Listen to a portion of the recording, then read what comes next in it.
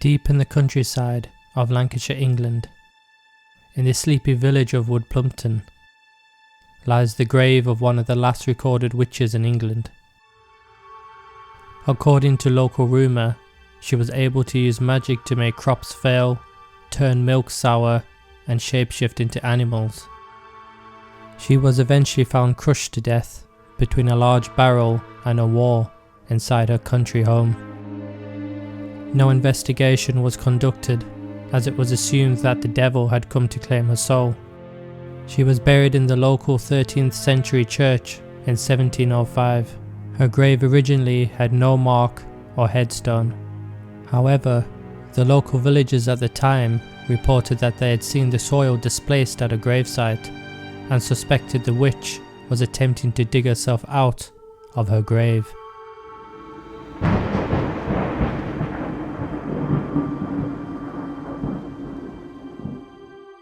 Meg Shelton was subject to many fantastical tales and stories. Her nicknames included the Witch of the Fylde Hag, and the Woodplumpton Witch. Meg was by all accounts a poor woman and a loner who would prefer to be in her own company rather than mix with the locals of the village, and was thus looked down upon and made fun of. Stories associated with Meg, if they are to be believed, describe how she could change appearance to cause mischief and steal from the local farmers. One suspicious farmer accused Meg of stealing a sack of corn by shapeshifting into a sack herself to stay hidden. The farmer then stabbed the bag with a pitchfork, which then bled and screamed before turning into Meg. Another story involving a farmer who, upon seeing a rabbit in his field, released his dog to attack the animal. The rabbit escaped the field, but not before being bitten by the dog in one of its legs. Meg was known to have a limp, so the villagers assumed that this was the story behind her limp, as she must have been shapeshifting to cause mischief.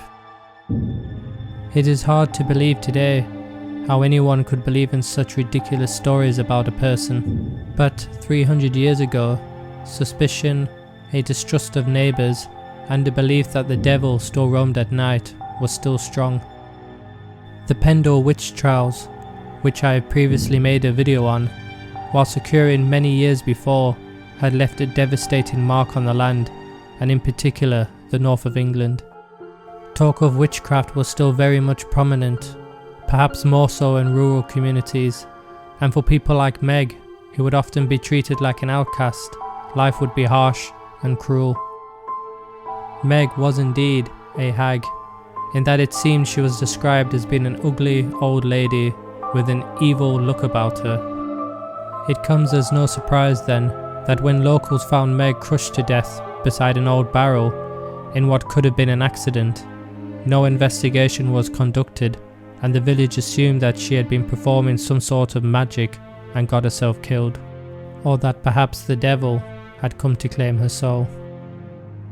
She was given no funeral and was buried in an unmarked grave, as was custom for ones accused of witchcraft. Her death, though, did not stop people creating cruel stories about her, and it was not long before people reported seeing her attempting to scratch her way out of the grave.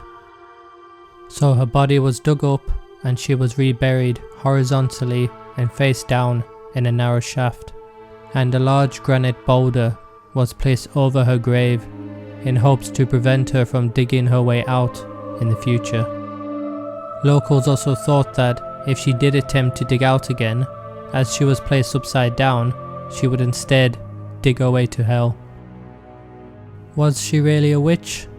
I think she was probably just a little old lady, and her only crime was preferring to keep to herself, and that perhaps she was just another victim in the age of suspicion and distrust, and a convenient scapegoat. Today, a plaque has been placed next to the stone that says, "Beneath this stone lies the remains of Meg Shelton, alleged witch of Woodplumpton, buried in 1705. I cannot help but find myself sympathetic to her dehumanization, and find the whole thing rather sad.